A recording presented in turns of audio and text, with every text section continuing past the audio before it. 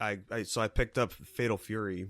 It just came out as of this recording. Like, it looks fun. You know, it has a lot of soul. SNK is just like having this like huge like resurgence. And I was like, of course, like, well, Ronaldo's in it, and that Salvatore DJ guy is in it too. Like, they look wacky and fun. Like, let me hop on and check it out. You know what? Like, let me play the weird DJ guy. But I was like, oh man, he is a gimmick weird character that like you just have to learn his whole kit to even like do something. And after like I couldn't even like beat the first round in arcade with him, I was like, all right, let me just try some other characters, and I just couldn't get the feeling of the game. I'm sure it's a great game, but yeah, it's just not for me.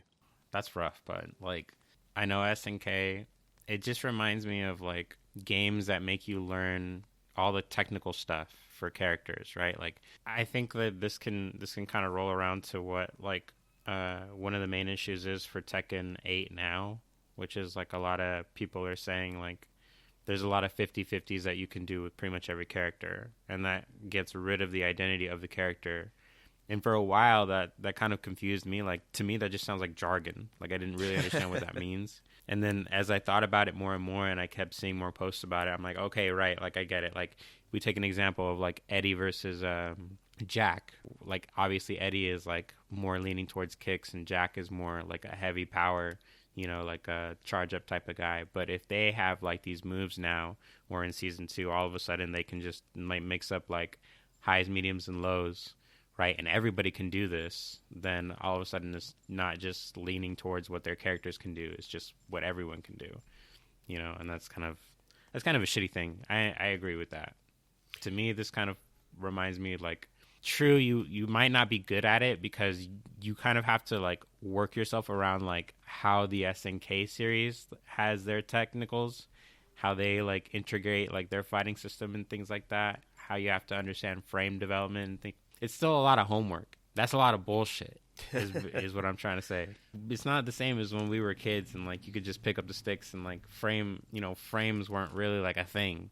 It was just, like, I don't really know how these combos, because you had to, like, go to the arcade cabinet and you had to read them off the fucking machine. Yeah, I might be too Tekken coded in my head, too. Like, the one thing I hate about, like, MK is that, to me, it feels very stiff and, like, rigid. And when I was playing a little bit of Fatal Fury, I was like, this, like, the movement just feels out of place. Like, I thought it was a lot more fluid than this. And it does look pretty fluid when you start doing your combos, but it's just the process of going in with your character and then trying to make something happen. To me, I'm like, I just don't have the timing right and stuff. I think it's just too Japanese for me. Oh, wow. I think the Mexicans would disagree with you, but that's okay. You know, it's kind of a tangent, but you'll like this before I forget. I had to go to FedEx the other day and to drop off a package. The guy that I was talking to, I don't know, I want to say probably in his like mid 40s. And this guy just dropped a huge bomb on me. It like caught me out of nowhere. He was talking about how he was recovering from a surgery that he had on his eye because his retina was detached. Whoa. And it happened twice. So he's like, fuck, like I don't have anything to do. Long story short, you know, on one of the last days of his recovery, he's like, okay, you know what? I have to just sit here or lay here or just do whatever. I'm going to play some video games. So he tells me that he pops in The Last of Us and he's playing multiplayer. And that's all he's doing for like fucking 6 hours. Hell yeah. Hell yeah, dude. And so immediately I'm spending like an extra 10 to 15 minutes with this guy just going over The Last of Us and how awesome the multiplayer was. And then we started talking about part 2, and he started losing me a little bit. I'm not going to lie to you. But it's okay, man. I get it. He's just an avid fan. He's an avid fan of the series, you know. Mostly, I was just surprised that the multiplayer servers were still up. Like, that was even a whole fucking thing. And that people were still dedicated to playing it. That was even a bigger thing. I don't know if he was part of, like, maybe like a faction or like a permanent dedicated base, like a Discord or something like that. It has like probably active players or like a private server or something. But man, yeah, I was just thinking to myself, I was like, I would hate to run into this guy if I ever played The Last of Us. I bet this guy could like easily whoop my ass with like base, like probably just like the crossbow DLC weapon and just like beat my ass with like a 2x4. Like, man, I would love to hop back on Last of Us multiplayer. But yeah, these days, like, I wasn't even sure, like you said, if the servers were even on or not. But you know what? I mean, you'll be surprised. Like, I picked up Resistance Burning Skies, the PS Vita game. It's like, oh, I got it cheap. Like, I'm going to be playing it. It's like, and of course, I'm like, well, what's the plat looking like? And there's some multiplayer plats or trophies. I was like, damn it, okay. Is the servers on? And sure enough, they were on. And I was like, well, let me just hop in just, for shits and giggles and see what happens. You need a certain amount of people to play, and it's just like no one's on. And it's like, oh, yeah, I figured. And then one name popped up in the server for like 2 minutes, and then it went away. I was like, wow, that's crazy. In the sea of people, you had that one rogue, whatever the fuck they are in that game. I'm sure they're down now, but also for Killzone Mercenaries on the Vita. I went back to try to get the plat for that. I did find a group that was still playing online, but it's just everyone doesn't have the same schedule, of course, and you need a certain amount of people on there and very specific trophies for specific match types and all that. It's like, this is just too much. Like, I'm okay. I really hope that they bring Killzone back. That would be crazy. I don't know if it'd have to be a different studio at this point, because Guerrilla's so focused on Horizon. There's like, they don't have room for Killzone or whatever, which is sad to say, because when I say that, I think of Insomniac, and I'm just hoping that they still make Ratchet and Clank games instead of just being like the Spider-Man Marvel games. Fucking shoot myself in the foot here, but were they the same people that made Jak and Daxter? That was Naughty Dog, right? That was Naughty Dog, yeah. Okay, no, I'm thinking of Naughty Dog. I'm not gonna say the chances are like nil, like absolutely zero, but I mean, the idea was for them to progress into whatever new IP that they can come up with these new engines and things like that, like in a creative way. And I'm sure we've discussed this before like a million times. In a creative way, I understand you want to try something new, but there isn't anything wrong with taking what you have and trying something new with that. I mean, we shit on a lot of things that do that, but not everything does it in a good way. Yeah, I know they were going to do that with Jak and Daxter. For 4, right? Like, we have some concept art for it. It was going to be a more realistic approach, right? So less cartoonish proportions, more like realistic features and all that. But then, they ended up just scrapping that and went to Uncharted. And then that's when, the whole big third-person action-adventure narrative really blew up. I think the best approach for stuff like that has to be like the Toys for Bob guys, where like, okay, let's just do the remasters with the platformers, like Crash and Spyro, and then have like that kind of dev team, if they get it right, have them do the next game, like Crash 4. Still pissed, man, that Crash 5 was going to be the Spyro crossover game, dude. It would have been so good, but just never going to happen. All I hope is that with the success of Astro, Sony's going to look at smaller studios to do fun games again. Yeah, I'm hoping that we can get something like that. I am also hoping with the push for, like, I guess all of these games kind of like skyrocketing, that indies are going to be kind of more sought after more than ever. This is a good platform. And when I say platform, I mean like in the time that we're in the circumstances that we're in, the available market that we're in, is a perfect platform for indie game developers to just start putting stuff out there. I don't want to say like people are just coming up with like ideas on the spot, because I know that especially in the Steam library, like in the Steam shop, like there's definitely a lot of trash. So much trash. And a lot of it is just scam shit, and it's just not worth your time.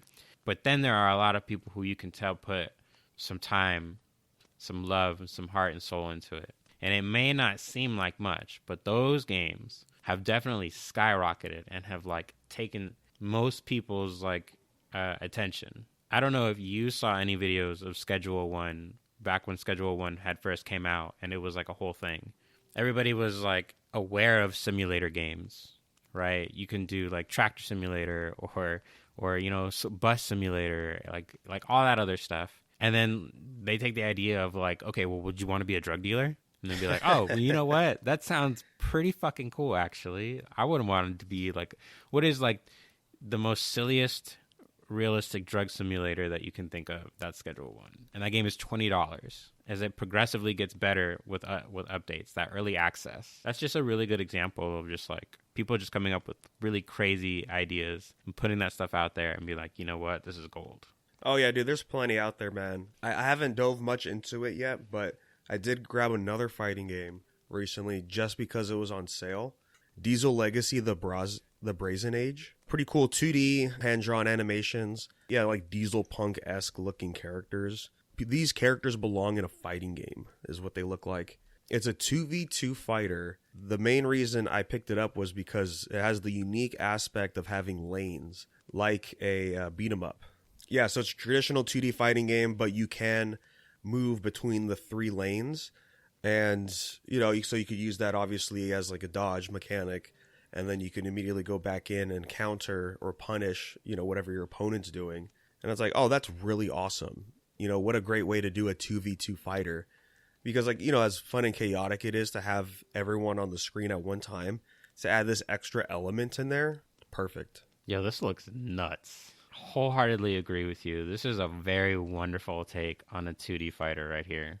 This is just like somebody gave the idea of like crossing a fighting game with Mega Man Battle Network.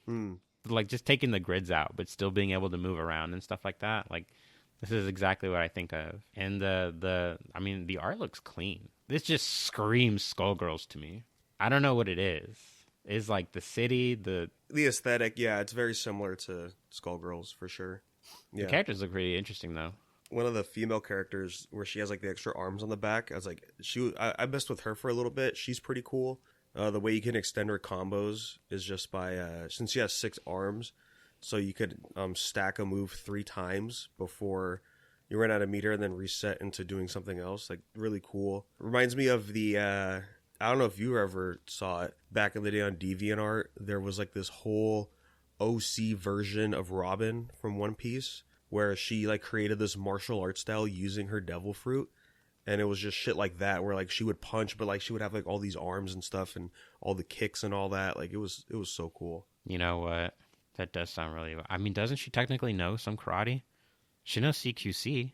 I don't. Okay, besides like espionage and stuff like that she learned from Dragon, I'm pretty sure she learned some hand-to-hand combat. I don't know if she had mentioned that, but I really want to say that she did. Well, we never really see her like actually fight like that. Like she's always fighting with just using her devil fruit as extensions and like popping them up in random places. And that's kind of really it. Like even in all the games too, she doesn't really attack. Like she's always in a stance while she's using her devil fruit to do waves of like arms and legs. You know what? Yeah, that's a good point. If she would have done something like that since the 2-year arc, she would have done it already. Yeah, if she like learned some fishman karate with like if like Koala was training her during the time skip and then she started doing that shit, dude, would have been the hypest thing, man. Not really to jump into One Piece right now, but the last thing I want to say about this is like at some point we got to get into Chopper's awakening and Robin's awakening and Brooks' awakening. Oh, I mean Brooks technically his awakening is like his soul possession thing, but well, maybe like that's another tricky thing too. Is not every devil fruit can be awakened. Robin's awakening, she would just like be able to make copies of other people or something. Yeah, maybe duplicate other people's arms and stuff like that, or maybe just make a full-on duplicate of herself. Maybe she can shadow clone. Well, she did do a shadow clone at one point. Oh god, when was that? Oh god, when did she do that? She did it, I think during Wano, I want to say. Oh, okay. 2 people were fighting each other, and she was in the middle, and it's like, oh, get out of the way, and then she vanished, and it's like, oh, that was just her devil fruit. Like, so she could just make a whole body of herself now. And then later on, during that arc, when like everyone's all split up, oh, she did like half her body to like talk to somebody, and then it vanished. That is pretty cool. Okay. That's what I kind of like about what Oda does every now and then is he does the subtle stuff. Because I remember for a long time, I would think, is Luffy the only one doing hockey? Because we never saw anyone else do hockey. And then when they talked about it, oh yeah, Zoro and Sanji can use it. And it's like, oh, like we haven't seen him do it until now, but Luffy just knows. Okay. Yeah. No. Wait a minute. I think before Wano, we've seen Zoro use armament hockey. He does it on his swords. Didn't he do it during Fishman?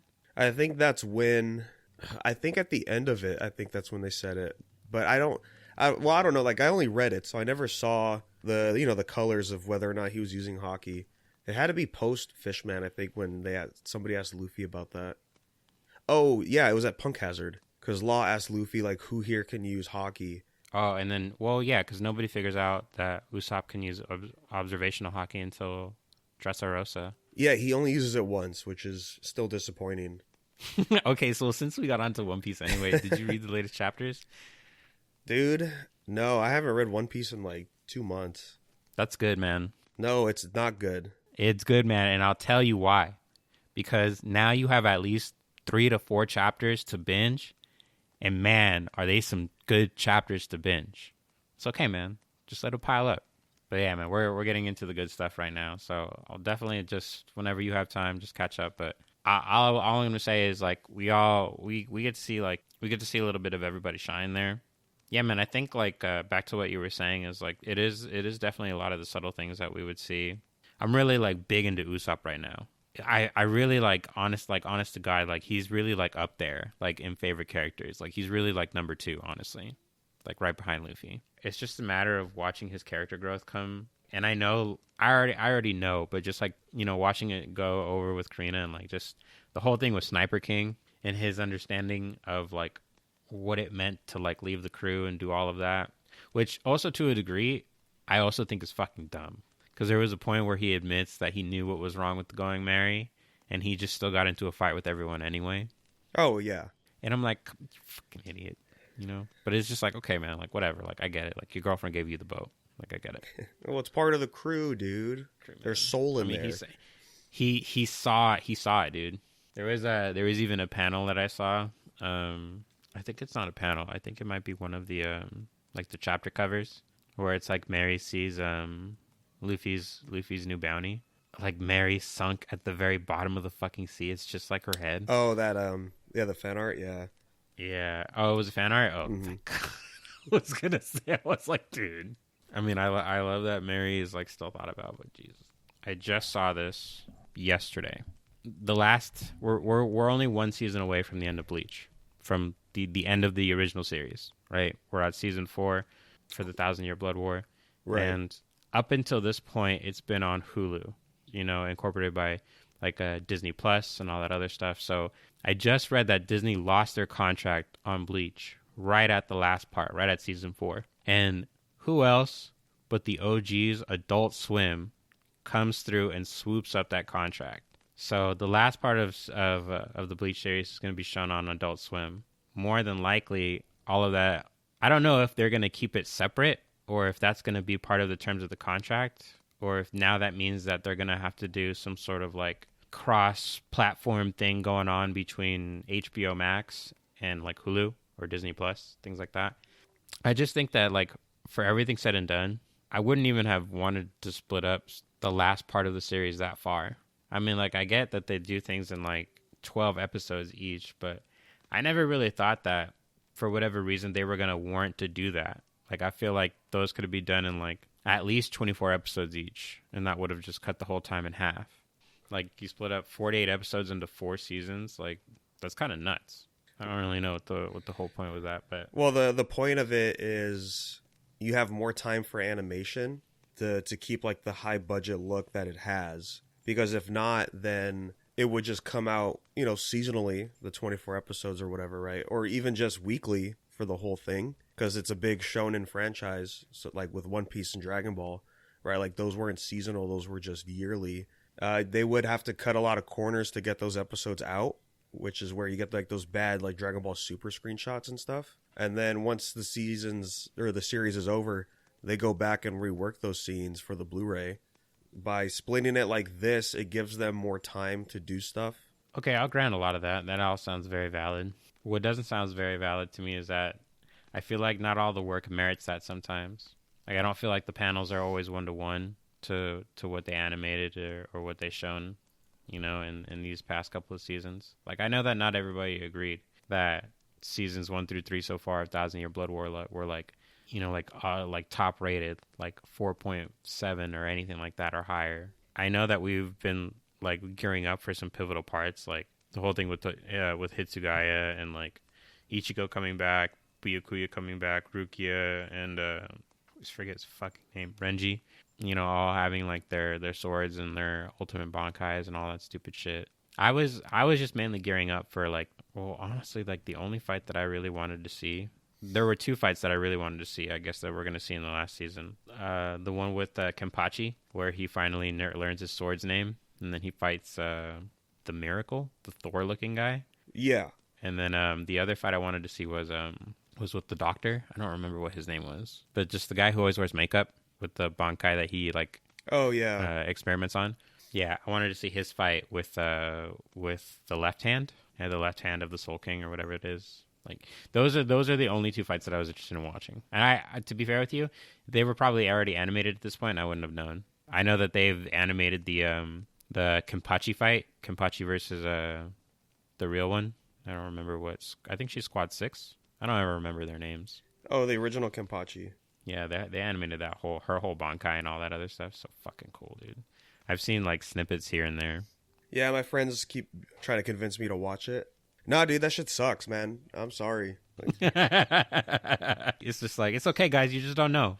You can watch it and see how much it sucks. I mean, I'll be fair, because one of them just read it all, like, not that long ago.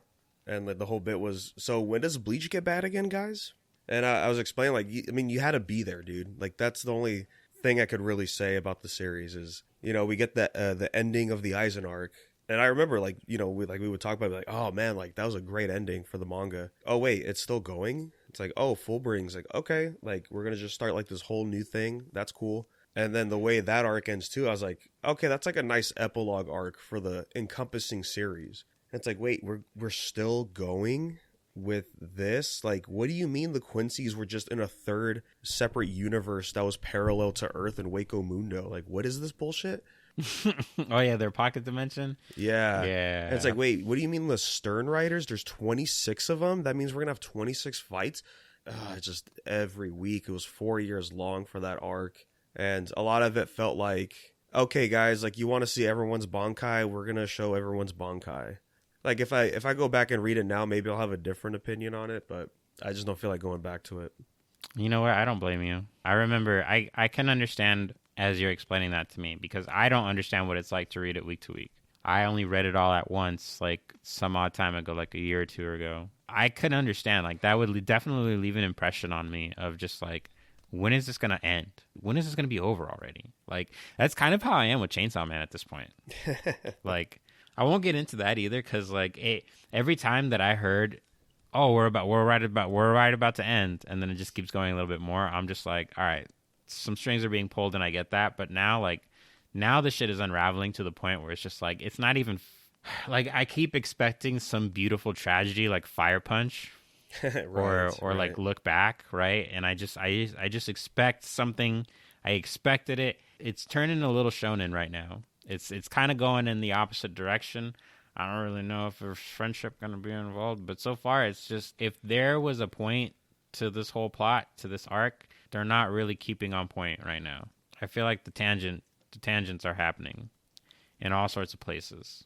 Yeah, I only have 3 reference points for what's going on in Chainsaw Man right now. The occasional post I see on Twitter. This is like when the War Devil was first showed up. And like her little exposition about how like she wants to kill like Denji or whatever. One of the current chapters was just her having fun, like merry-go-round or something weird.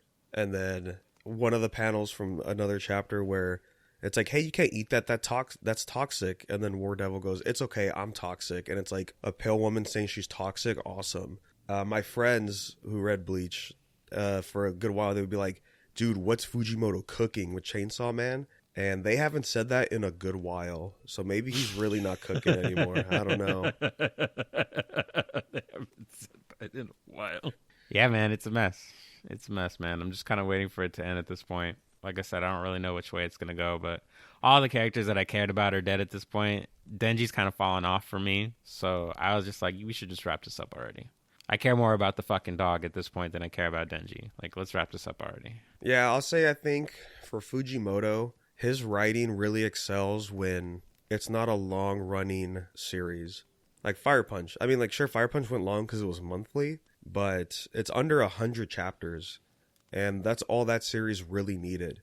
And, like, you can even argue, like, at the end of that final arc was starting to stretch a little bit. It really did end at the right time, and, of course, all the one-shots are great. Just part 1 of Chainsaw Man was perfect. Like, I still remember, like, the old episodes, I was like, I really don't want a part 2. Like, I'm scared, like, part 2 is gonna suck. It's definitely not the direction I thought he was gonna go. You know, in the beginning it was cool when it was just what's her name, Asa?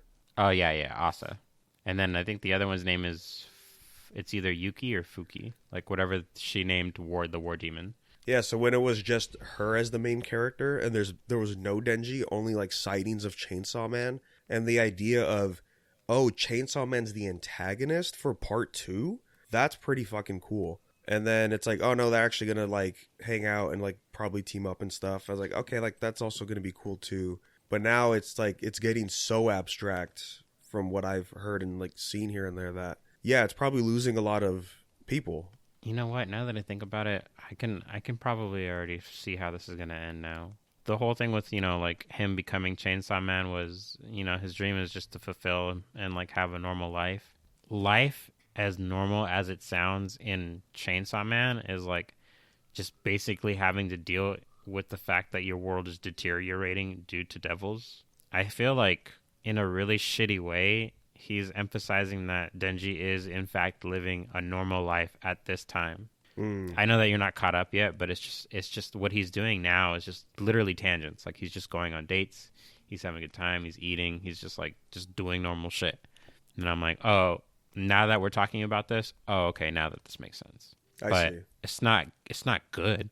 I mean, I feel like I have to, in retrospect, like I have to be on a recording with you for us to discuss how like shitty like basically his pacing is at this point because it's dragged out so long. And again, I feel like that's more like WSJ's thing, and I mean I get that, but I feel like hopefully with some, you know, like creative control, he can just be like, okay, like we just gotta end this. Chainsaw Man's funny, dude. Yeah, I mean, I'm still curious. Like, I do want to catch up at some point and just see what it is, because I still like Fujimoto as a mangaka. I hope that the ending is just fine. Like, I'm good with the C tier ending on this series, and you know, if it's anything below that, then I'll be like, dang man, like volume 11 is the final volume. That's crazy. And just like, yeah, part 2, yeah, that didn't happen. And then people were also talking about like there might be a part 3, as if there's going to be something that comes after this. And I'm like, Isn't the idea in the world of Chainsaw Man there's like the big 4 of devils? It's famine, war.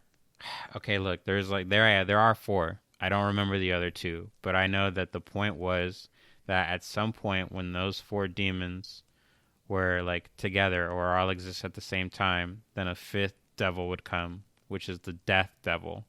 I guess the only thing that I'll tell you is like the Death Devil has been revealed at this point. So if you read now, then we know who the, like, I guess the penultimate big bad is. Like you get to see them. Ultimately, again, like we get a tangent where even though all of that is going on, like Denji's just fuck all somewhere with Asa or Yuki or whatever her fucking name is. Whatever. Just yeah, like there is just like probably 1 or 2 cool moments, and then the rest of it is just bullshit. Fuck, man. Just aside from that, man, I'm in the anime scene. There's really like not much happening. I know that we're finally getting like release dates and like trailers for like a lot of like the older animes that were kind of like popular back in the day. Like I don't know if you ever heard about Rising of the Shield Hero or if you read it at any point. I watched the first season and most of season 2. I liked that show. Yes. It has good pacing too. Like it is a good show. They were hard stuck on season 3. I don't even remember when season 3 came out. I think it was like already like a year or 2 ago. Yeah, it said it was premiered on 2023. We just got the release date for season 4, which is good. Like I'm all for it, but I feel like just the time. Again, it's just like that whole thing we were talking about earlier. Like I get like you want to make the animation precise, you want to make it good, and I just hope that for the like basically the year and a half I was waiting, that whatever scenes that we're about to see is worth that wait. That's something that I'm looking forward to. Like that's a pretty good one. Yeah, no, I enjoyed what I watched. I just never finished because I lost Adam's Crunchyroll account, so I don't have it. But I have Crunchyroll at home now. I should get back on that. Yeah. She's like, you just have like a communal like TV in the living room where you guys just watch anime. Yeah, you guys should watch fucking One Piece. Just crack a fucking beer when you get home from work. Everybody's just like, all right, dinner, and then we just watch One Piece. I don't want to watch One Piece, dude. I'm sorry. Like, I'll watch the old episodes like you're doing right now, but I won't watch the new ones. I'm okay. What's your stopping point? Like Wano? Yes, before Wano. Okay, yeah, like Whole Cake Island. Yeah, because like again, like I've mentioned it before. Just every clip I see of the new episodes that pop up, I'm like, it's just too much, man. Like this is not One Piece anymore. This is just hyper shonen anime with flashy lights. Like that's all it is. Like someone made a good point. Like Luffy was fighting Kizaru on Egghead. Like the clash before like they actually fight is he does like the super fast like flash kick basically. Oh shit, this kid is on my level now. Like I gotta get a little more serious. You know, someone did a little edit of the animation where like, yeah, it's like the purpose of this scene was meant to be emulate like how fast he is, so it should have been like an instant kick. Instead he turns into like a ball of light and zooms around the, you know, the screen, and then he hits Kizaru. It's like that was just so unnecessary. Just like with the like when Garp punched Pirate Island, and like how like huge like big bang Kamehameha energy was coming out when he punched. It's like, no dude, it's just an old man that punches really hard, dude. Like like what are we doing? Dude, okay, now that you're talking about like the recent episodes, I saw a clip. Somebody re-edited that the last part of the latest episode where Kizaru's talking to Vegapunk.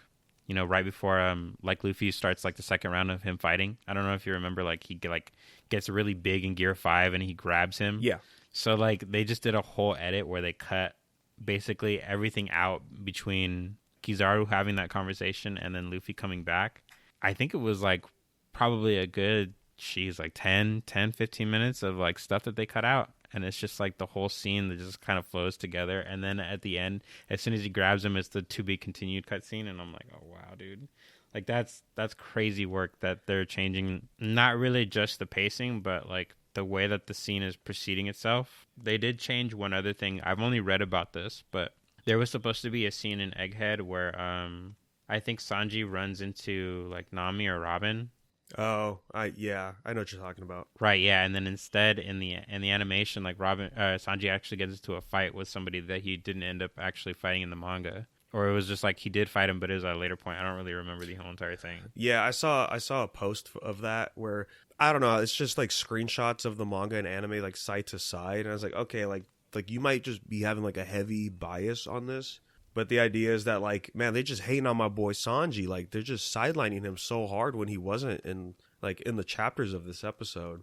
And I feel like, yeah, I mean, that's just, it's a different medium, you know, the way you adapt it, the way you have to, I don't want to say pander, but, you know, lack of a better term, like, towards a different type of audience than the manga. Yeah, things are going to change, I guess, you know? Yeah, I can imagine what they'll do for a lot more scenes, especially with what's going on like right now in Elbaf.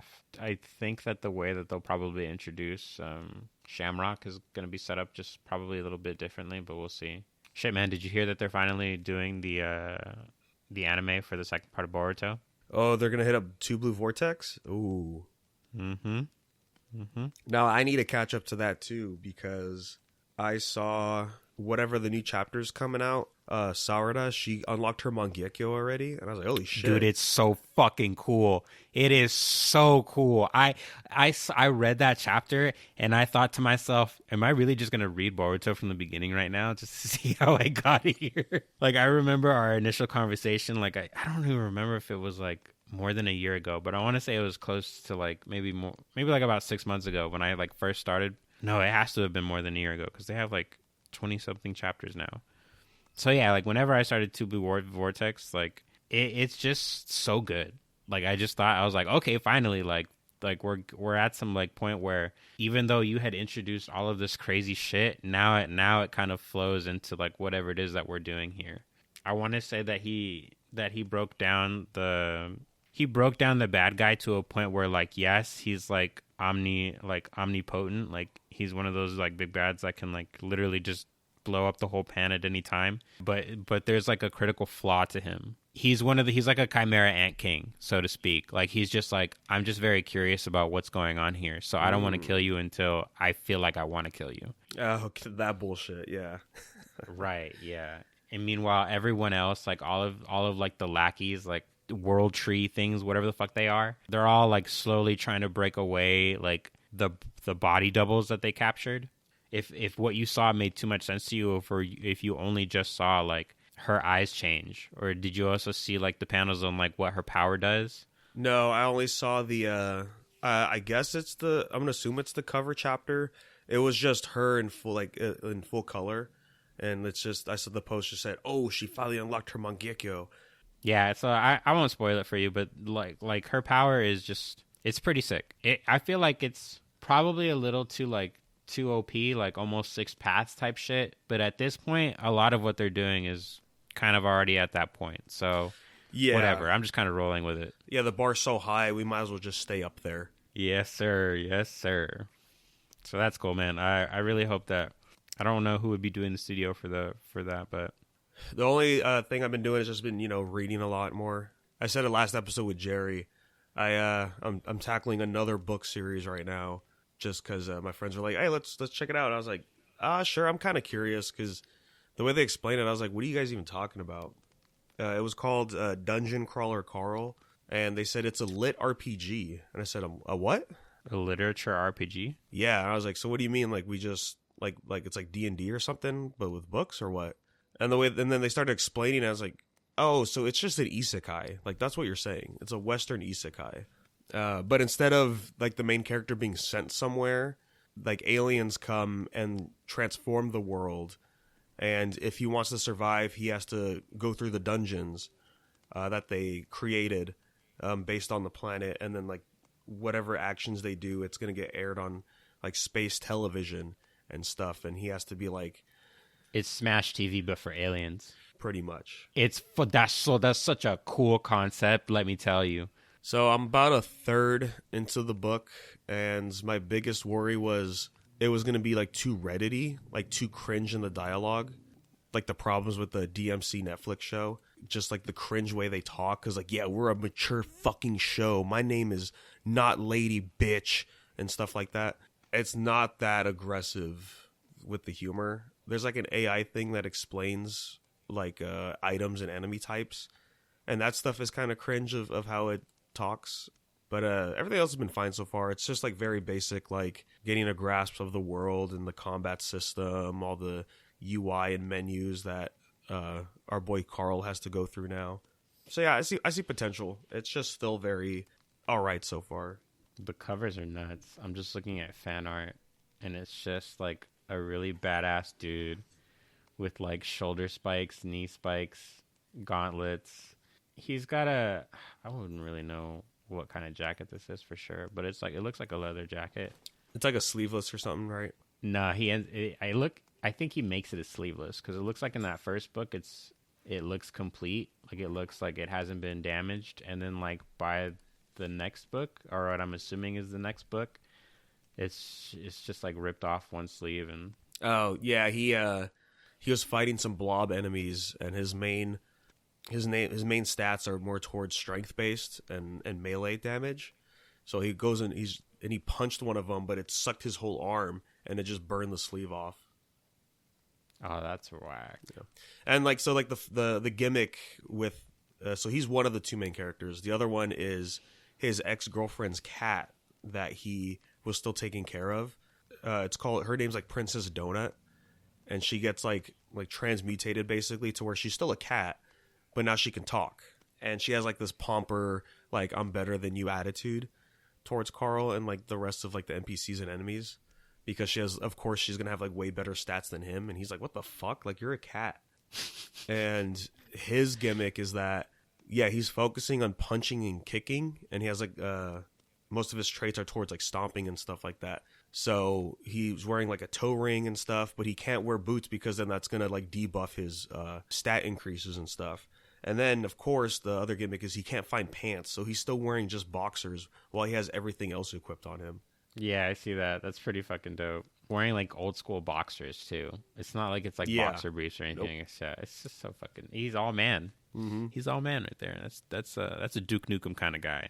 That's the vibe I'm getting from this guy. Yeah, just Duke Nukem who actually fucks. You know, like if I were to say this is a Western isekai, I'm like, yeah, it's not doing a bad job. Well, how many books are in this series?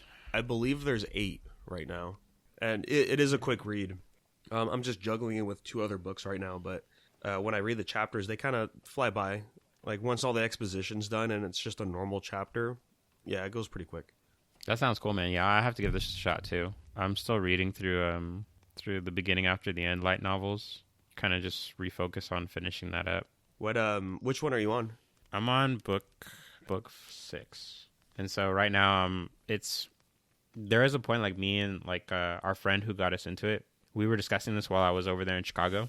We both agree that there are like points, and I think I've probably mentioned this before, where they like pivot to like side characters and their perspective and like things that they're doing at whatever point in the story. And so we stop focusing on like the main character Arthur, and then we start worrying about like his girlfriend, the elf princess, and like everything that she's doing and what she's training through, and like her grandpa, who is like going to be basically like commander overseeing like the entire battalion for the entire war. We have to see these perspectives and get into their mindsets and understand like what it is that they're going to be going through and putting up at stake. And all at the same time, they're mentioning Arthur and like, I want to say here and there between. So it's not like he's still the main focus. I don't know. Like, I just get kind of bored when I like have to go back and forth between all these characters. And I just kind of like, I want to get in there. You know what I mean? Like, if we're going to like, the point of where I'm at now is supposed to be building you up for this giant fucking battle, like this huge war. Thousands, if not millions of people are going to die. And you're fighting like all of these like demons or whatever the fuck it is. And it's just like all of that being said. And I'm like hearing you talk about like how much you just miss Arthur. And at the same time, your training is like leading you kind of like to minimal gains, right? Where instead you can like just refer me back to Arthur, where Arthur's doing like the specific training that they'll go into detail for on like how this evolves in his power, and you can just give me a time skip. So I'm kind of just like, I guess like not really beating my head, but kind of just forcing myself to kind of like rush through this part of the story. Like I'm not really like committing it to memory. I just kind of want to get through it. That's always a problem, right? Is that the series gets so big that we have to tackle everything else, but that just means putting our main guy on the sidelines, and that always sucks. Does that happen a lot in like Wheel of Time? Yeah, that's what they call the slog, which is books like 7 through, people say 11, but 11's actually good, and 10 wasn't too bad. 7 wasn't really that bad either, but it's just like, yeah, in those middle books, there's just a lot of like downtime and a lot of exposition with characters that, I mean, I'll say like they don't matter, to the point where like you learn so many characters' names for no reason because they'll never show up again. Like, they're just going to be fodder for the final book. And, like, that's it. You really could shrink, like, two of the books into one, and then cut the other books in half. And, like, you're not going to lose anything. You're just going to, save time. Yeah, I definitely understand that. Like, just definitely a lot of adventures that you could have skipped, basically. Yeah, well, like, a lot of it is just, like, okay, like, the Aes Sedai, like, they're the over-encompassing, like, shadow government, if you will, of the world. Like, they always have an ear in all the kingdoms, and, like, so they're all together because like there's this whole like split of the factions, and they're all having to talk to each other, and so there's all these meetings where just nothing happens, just nothing but arguments, and it's just stalemate stuff, which is, it's even more frustrating just because prior to those books, I would say the first 5 books, the escalation just kept going. The momentum was nonstop. Like every ending was bigger than the last one. Like there was so much going on, like to the point where the 5th book, like I have mixed feelings on it because there's a lot of stuff in the 5th book I don't like. What a bombastic ending, and then you're like, oh wait, holy shit, like we're not done, it's still going, and like it's even crazier than what we just saw. Like it was so good, and then you get all that speed, and then now like we're hitting the brakes and slowing down because we have to talk to all these characters and stuff, and it's like I don't want to talk to these characters because they're not doing anything. And they don't want to talk to you, bro. Yeah. Yeah, just put the fries in the bag, bro, or whatever the meme is. Like, yeah, that's cool, bro. Just put the fries in the bag. Yeah. Now, I'll tell you what doesn't seem like such a good movie. And I don't know if you've seen the trailer for it. Uh-oh. The new Predator movie. Oh, Badlands, right? Did you happen to see his face on Twitter? Yeah, I saw people don't like it. I didn't see Prey, which I think is what's following this movie. You should watch Prey. That's a good movie. You saw that one? Does it have old Predator or this Predator? The Predator in Prey looks very different. Not even like the old one? No, this is just its own unique thing. It doesn't even have eyes that you can see. And it's also like very fitting for like, yeah, it's fighting Native Americans and stuff, if you will. Prey is like because to me this looks like the human. This reminds me of the. Do you remember the other version of Predator where they go to the Predator world? Predators, yeah. This reminds me of that, where they basically go to the Predator world. Is that what Prey was? No. So Prey is like very, very, very like rural, like America before America was founded, and a predator hunter just makes his way there. Is that what it is? Yeah. Okay. You know, I didn't see that one, so I didn't know if this is like somehow like canonical into this, or if this is just going to be separate. The Prey movie is set in 1719. Just pick any point in time and have them fight something like samurais and all that. And that's like basically what Prey was. It's like, okay, let's get this concept out there and see, you know, how people react. And, you know, the only unfortunate thing with that film is that it was going to be in theaters and then they pulled it and put it only on Hulu, which is a shame. Yeah, I remember when that first came out on Hulu. I'm not a really big movie watcher, I guess, like not as I used to be, but I'm trying to get back into it now. So a lot of those movies I'm really trying to like get into, I guess. I don't want to get into the Marvel movies though, like more than I've already seen. I saw how Phase 1 ended, and I haven't seen any of the Phase 2 movies, and I don't want to. No, you've seen Phase 2 movies. Okay, there's the Infinity Saga. Yeah, like past Infinity War. Right, past that. Yeah, like whatever this phase we're on now. Yeah, I don't mean like Phase 2 of the Infinity War saga. I mean the second phase moving on to from whatever they're at now from the Infinity Saga. Yeah, I haven't cared for MCU in a long time now. You know, Thunderbolts does look like it might be an actual good one.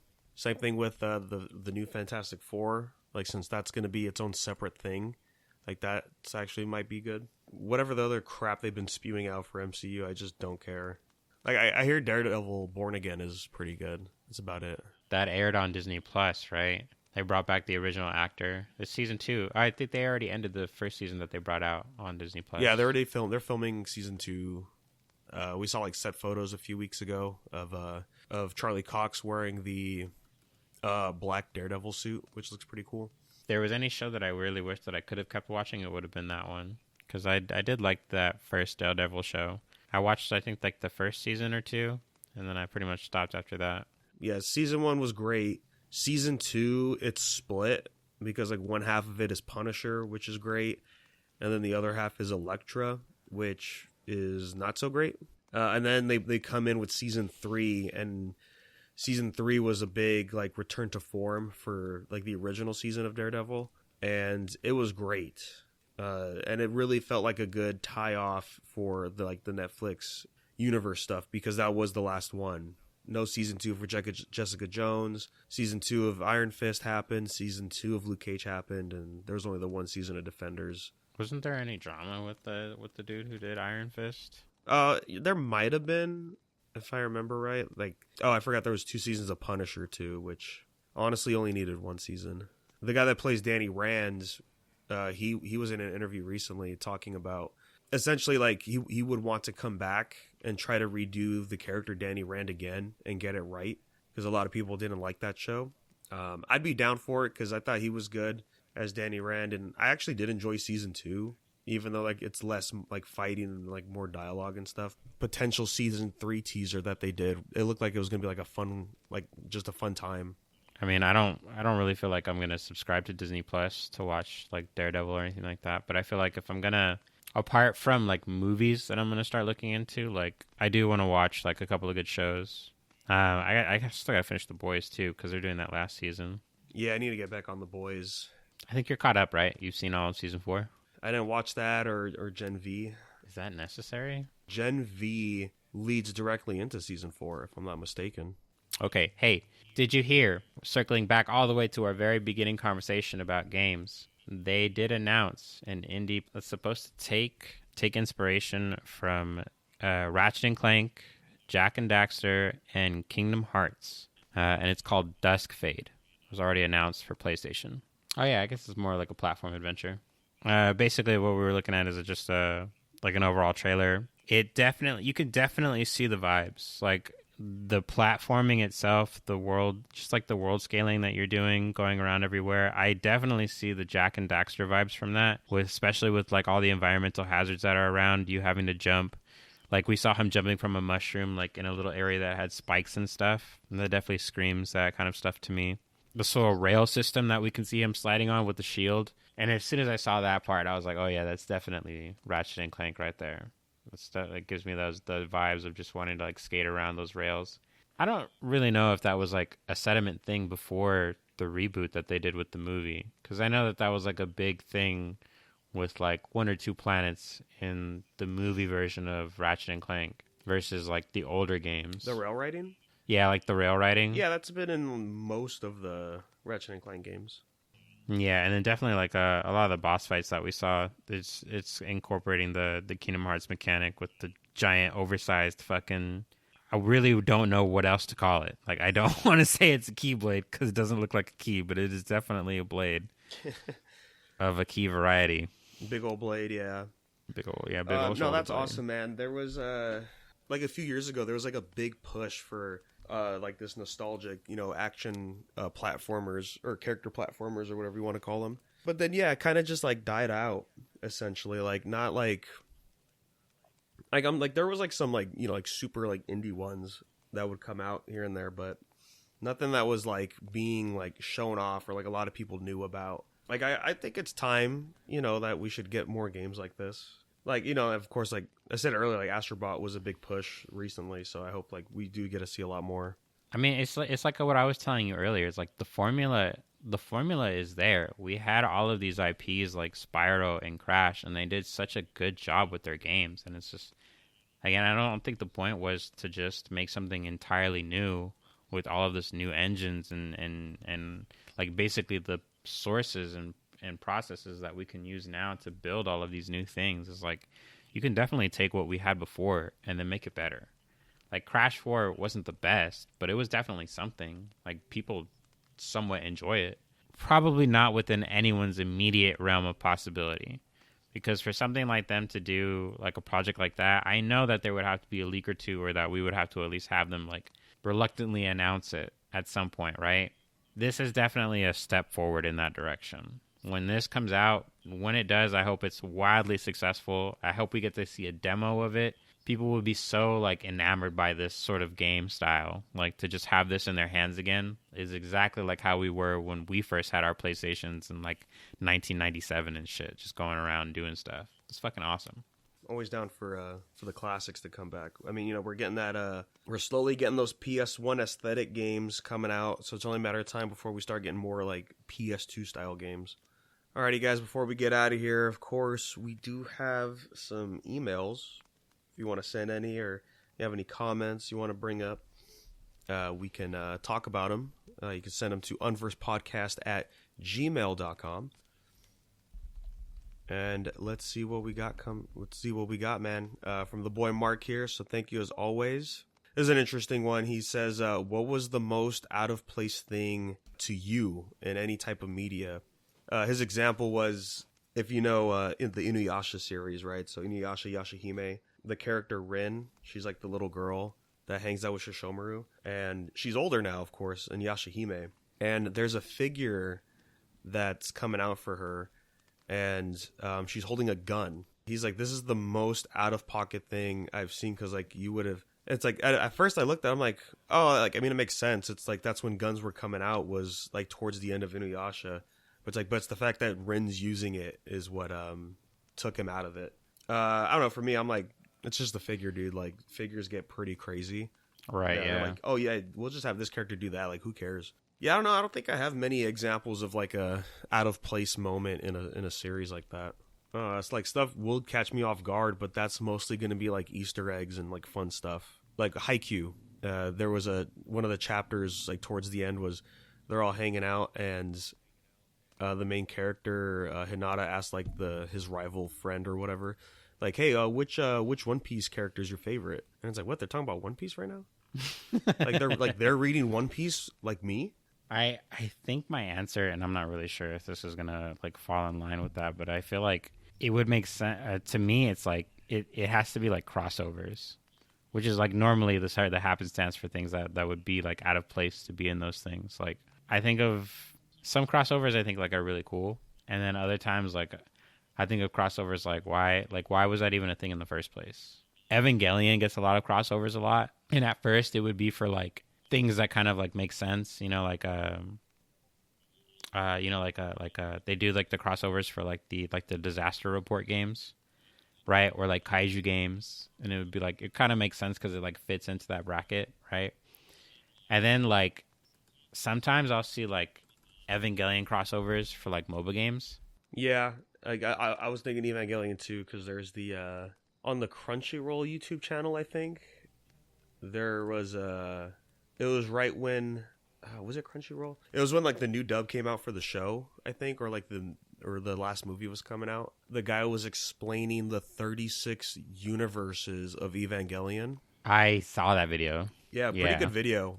That some of those definitely caught me off guard. It's like, oh yeah, here's like an in-game ad exclusive of Evangelion of this and that, and like here's like a gotcha thing, or like here's this weird crossover with something. I'm like, this is just too much.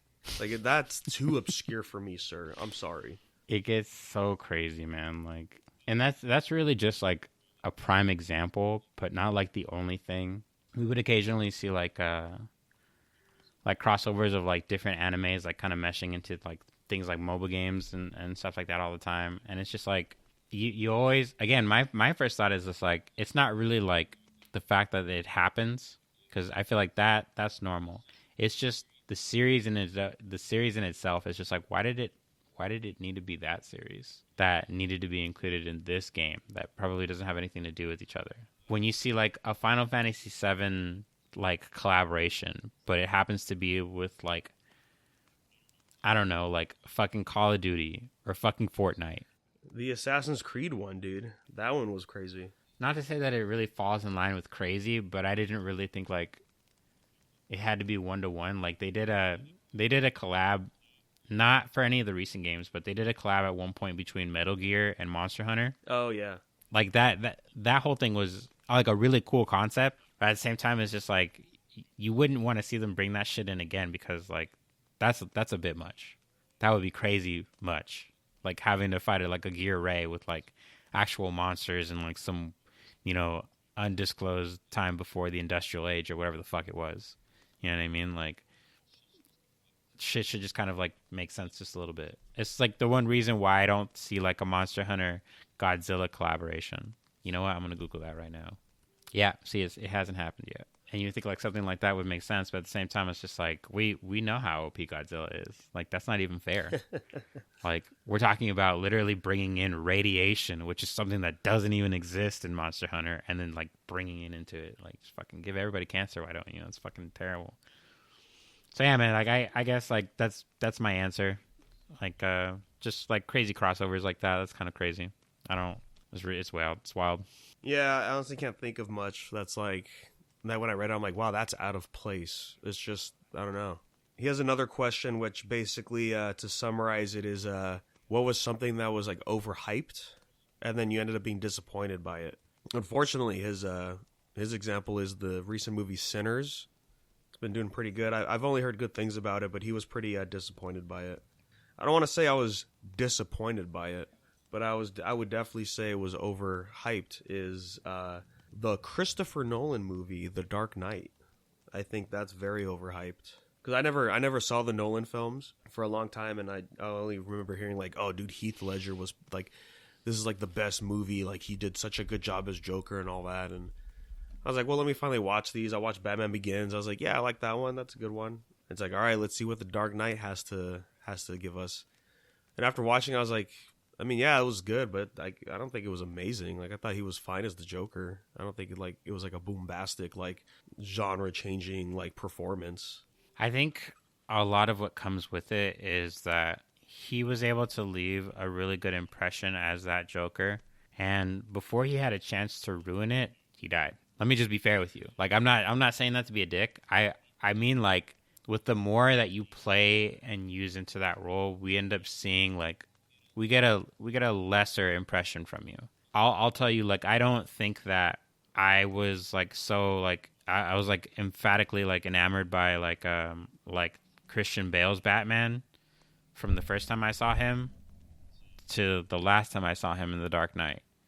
Like I definitely fell off. Like I've definitely seen him do his raspy voice enough times where I'm like, all right, buddy, you know, like you're gonna do your thing and get your back broken. It's whatever, you know what I mean? Versus like the first time I saw him, like during Batman Begins, when who is he fighting? Like Ra's al Ghul? In Batman Begins, yeah.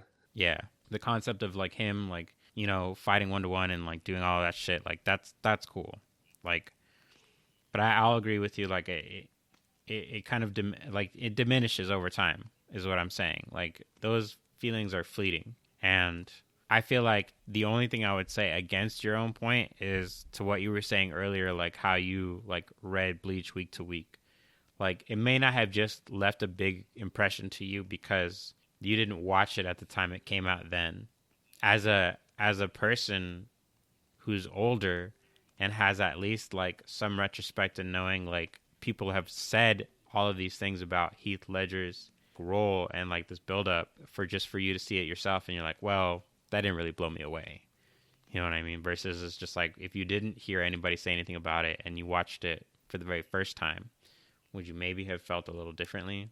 Or would you have nothing else to compare it to at that time, so you would have liked it? Yeah, I guess it really was like it had to be their moment. I saw a great tweet like a while ago, and I was like, "Oh, this is true." And I even told my friend, I was like, "Yeah, like that's why you're not a big fan." Like, someone was like, "I don't get the hype for Naruto," right? And they're reading it now, and the quote retweet was just simple like, "Yeah, you had to be there, man." It's like, you know what? That's so true. Like, if you weren't there when it was happening, dude, like, it's not going to hit the same. That's fucking real, though. Because, like, you have to wait week after week. What's going to happen? That's how I feel about One Piece, like, every fucking moment of my life. That's basically where we're at. Not even the weekly aspect of reading or watching Naruto, but, like, just how stylized the art was in early Naruto. Like, the music and all that. It's, like, really a product of its time. You know, seeing it like that happen then. Like, I mean, you could say the case, like I could see Gachi Okuda coming out during that same era, and it would have been just as good. But it's just something about the way the ninjas were and all that back then. Like, it's just miss that feeling. I feel like we were really in a time where we had to, like, fill up these slots for these different roles of, like, kind of like warrior-esque characters. Like, if we think about it, like, the big three at the time were what? Pirates, ninjas, and soul reapers, who I'm just going to, like, default to swordsmen. It's like we're kind of filling out all these different roles of, like, all these different people that you can be, but still at the same time, all these different fighters, right? Because if you try to label them as anything else, then they're kind of like sports a little bit. Right, or like or what was at the time like MMA, like the beginning of like extreme sports, right? Mixed martial arts, Muay Thai or Baki, or you know, like Ippo and Aishida no Joe. That's a really old one. I really can't put that one in there, but like you get my drift. Like ones that were going on at the time. Like I feel it now. It's like, you know, everyone's kind of set and done with like shonen. You know what I can say before we wrap this up. You may not agree with me on this, but I feel like when Fairy Tail finally entered the scene, that's when people kind of steered away a little bit from like, okay, it doesn't really need to be all about like ninjas and shit like that. Because right, that's kind of around the time where they started like, where magic knights were a thing, where like the whole idea of like encompassing like characters who can use magic and fight and do all these things at the same time is like really like encapsulating to a lot of people. Like it's really popular versus like Rave Master, where it's just like, okay, I have a sword that has like magic properties, but it's not like I can personally do magic. I guess so. I want to say like the popular anime at that time, if I can recall correctly, it was more just, I don't want to say bare bones shonen, but like, you know, the basic stuff where it's just martial arts and all that. And yeah, because I want to say what Fairy Tail was 2002, 2006. We're talking anime or manga? Well, manga, and then to be like what, like a year or two later. Says 2009 for the anime. Dang, so that's a lot later than I thought. 2006 for the manga. I would say though that the flair that Fairy Tail had in the beginning is very similar to the big three that we know because it feels different. Bleach, it's like, oh man, like look at this like crazy art style and like these kind of swordsmen fighting these demons and stuff. Like that was pretty cool, like very heavy style. And then you have Naruto, which like with cool ninjas doing crazy stuff, and like the music of course was good pairing for the anime. One Piece, like cool wacky adventures, like you have like this kid fighting like badass pirates and he's just having fun, like that's awesome. And then Fairy Tail, very similar to One Piece. They have a goofy character, but it's magic now. Like we're getting into like JRPG elements into an anime and stuff like that. Like that's kind of cool. There was a lot more of like that it factor back in the day, I want to say. I understand what you're saying though when it comes to like that feeling of it feeling different. I definitely respect that when it comes to the big three, and then for Fairy Tail as well. It just really works. The chemistry that you get from like the characters, the story, and all of it like put together, and then I guess the way that the mangaka happens to be working with his editors and all the suggestions that they're giving to him at the time, it's really good. I don't know what's to say for that in the future though.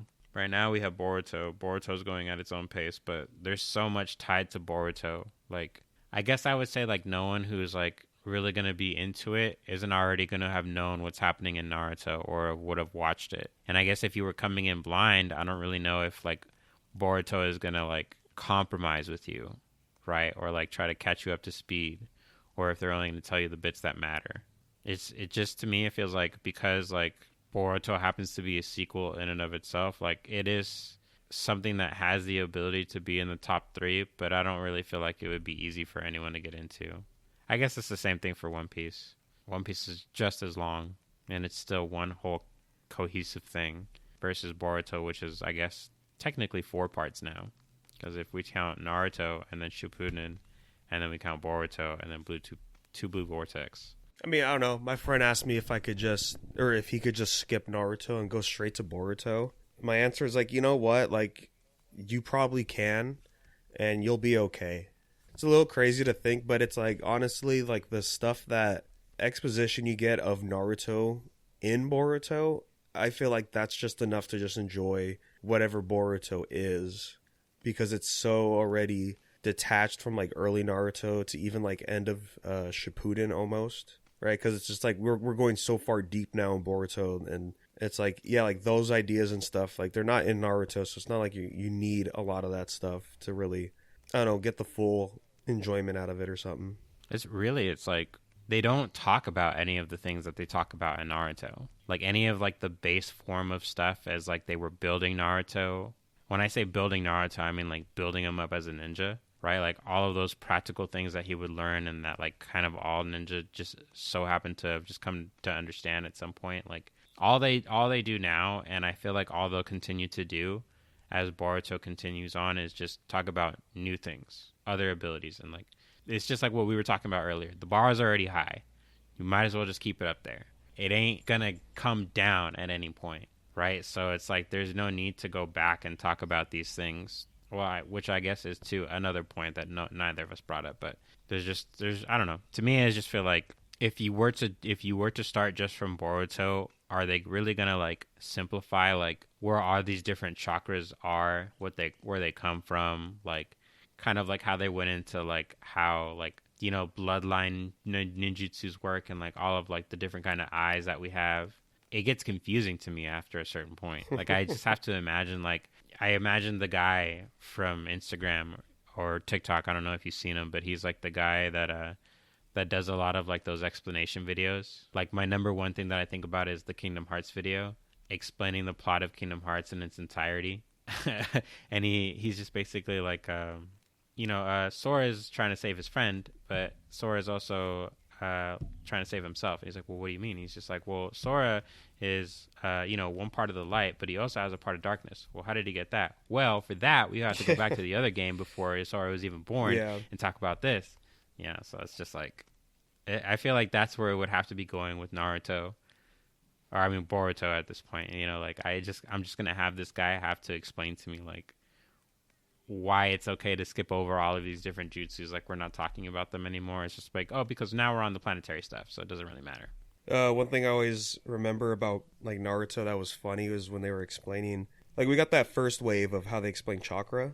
Mm-hmm. And then in Shippuden, when Naruto was learning the Rasen Shuriken, Kakashi was explaining elemental chakra. That's how we get all the varying ninjutsus and stuff.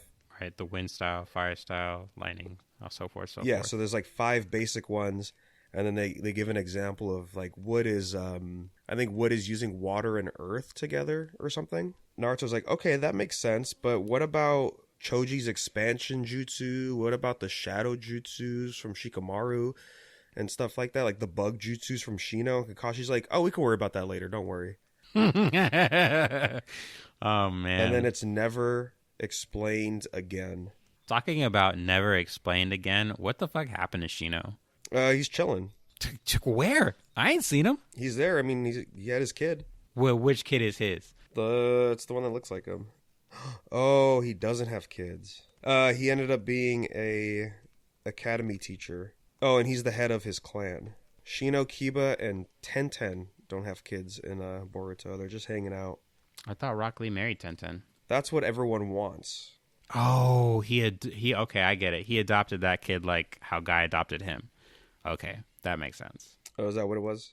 I mean, if that's not his kid, that's how it's probably going to have to be. With that, gamers, we could go ahead and wrap up this episode. Thank you for the emails again. Unversedpodcast@gmail.com one more time if you want to send anything our way, and we'll bring it up as always. Thank you guys, and we'll talk to you on the next one.